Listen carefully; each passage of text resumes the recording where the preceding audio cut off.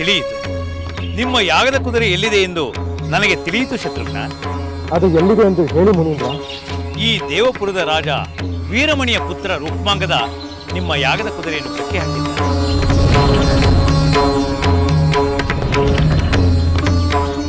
ಅವನ ತಂದೆ ವೀರಮಣಿ ಮಗನ ಕಾರ್ಯವನ್ನು ಒಪ್ಪಲು ಆಗದೆ, ತಿರಸ್ಕರಿಸಲು ಆಗದೆ ಪರಶಿವನನ್ನು ಮೊರೆ ಹೋಗಿ ರಕ್ಷಣೆಯನ್ನು ಬೇಡಿದ್ದಾನೆ.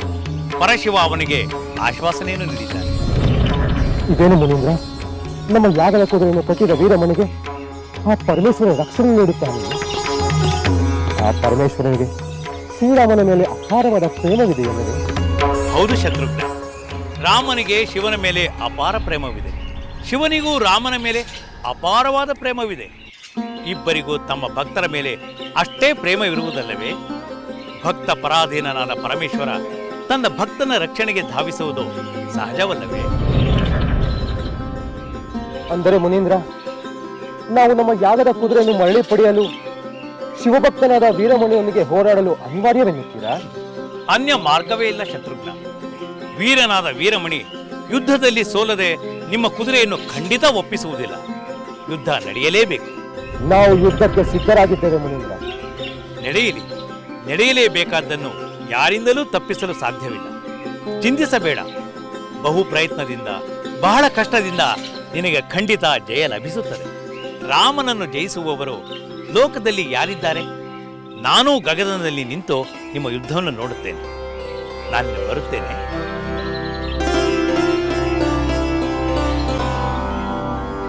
ನಾರಾಯಣ ನಾರಾಯಣ.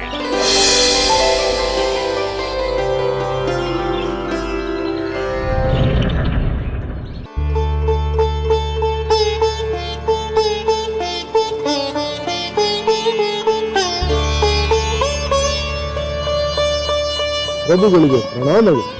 ಬನ್ನಿ ಅಮಾತ್ಯರೇ, ಏನಾದರೂ ವಿಶೇಷವಿದೆಯೇ? ತಮ್ಮೆದುರು ರಾಮಾಯಣವನ್ನು ಹಾಡಲು ಆ ಬಾಲಕರು ಬಂದಿದ್ದಾರೆ.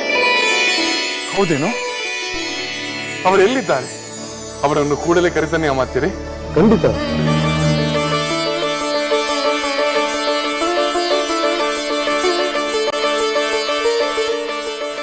ಸೀತೆ, ಪರಮ ಪಾವನೆ, ಈಗ ನಾನು ನನ್ನ ಮಕ್ಕಳನ್ನೇ ಕಾಣುತ್ತೇನಲ್ಲವೇ?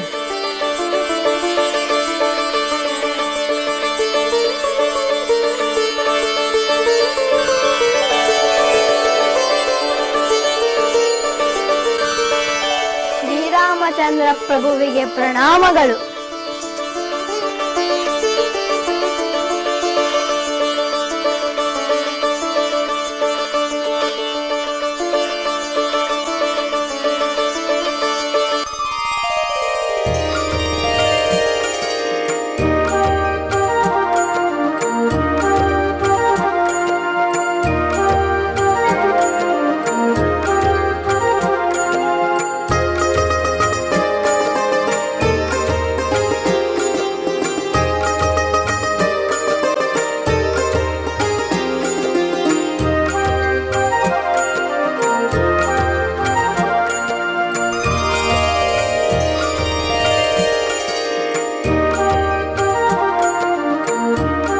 ಮಕ್ಕಳೇ, ಹಾಡಿ.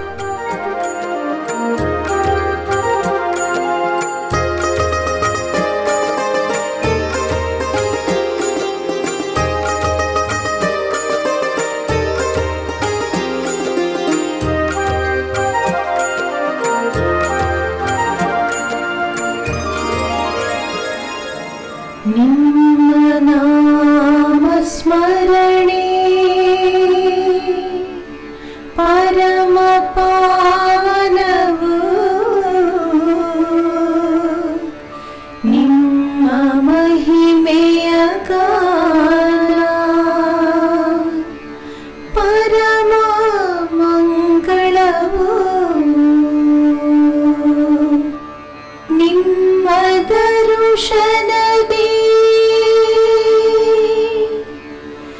ಧನ್ಯವಾದೆವು ನಾವು, ನಿಮ್ಮ ಅನುಗ್ರಹದಿ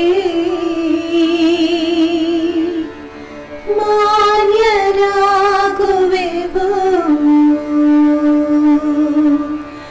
ನಿಮ್ಮ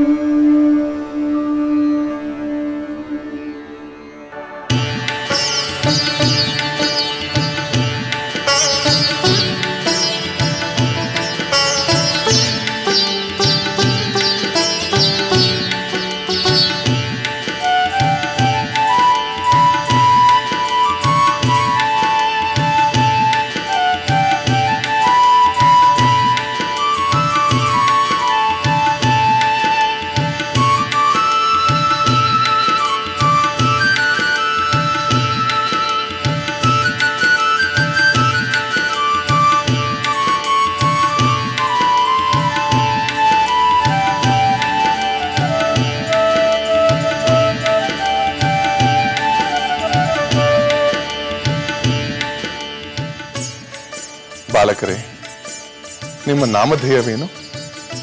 ನನ್ನ ಹೆಸರು ಲವ. ನಾನು ಕುಶ. ನಾವಿಬ್ಬರು ಅವಳಿಗಳು. ವಾಲ್ಮೀಕಿ ಮಹರ್ಷಿಗಳೇ ನಮಗೆ ಹೆಸರಿಟ್ಟು ಸಾಕಿ ಬೆಳೆಸಿ ವಿದ್ಯಾಸಂಪನ್ನರಾಗಿ ಮಾಡಿದವರು. ಬಹಳ ಸಂತೋಷ. ನಿಮ್ಮಿಬ್ಬರನ್ನು ಕಂಡು ನನಗೆ ಅತೀವ ಸಂತೋಷವಾಗುತ್ತದೆ. ನಮ್ಮ ಅಮಾತ್ಯರು ನಿಮ್ಮ ಗಾಯನದ ಸೊಗಸನ್ನು ಮತ್ತೆ ಮತ್ತೆ ಮೆಚ್ಚಿ ನುಡಿದರು. ಈಗ ನಿಮ್ಮ ಗಾಯನವನ್ನು ಕೇಳಿ ಅದು ಅತಿಶಯೋಕ್ತಿ ಅಲ್ಲವೆಂದೆನಿಸುತ್ತಿದೆ. ನಮ್ಮ ಹೆಚ್ಚುಗಾರಿಕೆ ಏನಿಲ್ಲ ಪ್ರಭು. ಆ ರಾಮಾಯಣ ಕಾವ್ಯದಲ್ಲೇ ಆ ಸೊಗಸಿದೆ. ಈ ರಾಮಾಯಣವನ್ನೇ ಹಾಡಲು ನಿಮಗೆ ಸೂಚಿಸಿದವರು ಯಾರು? ನಮ್ಮ ಗುರುಗಳಾದ ವಾಲ್ಮೀಕಿ ಮಹರ್ಷಿಗಳು. ರಾಮಾಯಣವನ್ನು ರಚಿಸಿದವರು, ಹಾಡಲು ಕಲಿಸಿದವರು ಅವರೇ. ನಿಮ್ಮ ಮಹಿಮೆ ಎಲ್ಲಾ ಕಡೆ ಎಲ್ಲ ಜನರಿಗೂ ಮುಟ್ಟಬೇಕೆಂಬುದು ಅವರ ಆಸೆ. ಅದರಿಂದಲೇ ಈ ಮಹಾಯಾಗದ ಸಂದರ್ಭದಲ್ಲಿ ಬಹಳ ಜನ ಸೇರಿರುವ ಕಡೆ ಹಾಡಲೆಂದು ಕಳಿಸಿದರು. ಬಹಳ ಸಂತೋಷ. ನಿಮ್ಮ ಗಾಯನ ಪ್ರಜೆಗಳಿಗೆ ಪ್ರಿಯವಾಗಿದೆ. ಮುನಿಜನರು ಸಂತುಷ್ಟರಾಗಿದ್ದಾರೆ. ಅತಿಥಿ ಅಭ್ಯಾಗತರಿಗೆ ಇದು ಇಷ್ಟವಾಗಿದೆ. ಅದಕ್ಕೆ ನಾನು ನಿಮ್ಮನ್ನು ಪ್ರಶಂಸಿಸುತ್ತೇನೆ. ದೋಷವಿದ್ದರೆ ನಮ್ಮದು, ಗುಣವಿದ್ದರೆ ನಮ್ಮ ಗುರುಗಳದ್ದು. ಎಲ್ಲ ಪ್ರಶಂಸೆಯೂ ನಮ್ಮ ಗುರುಗಳಿಗೆ ಸಲ್ಲಬೇಕು.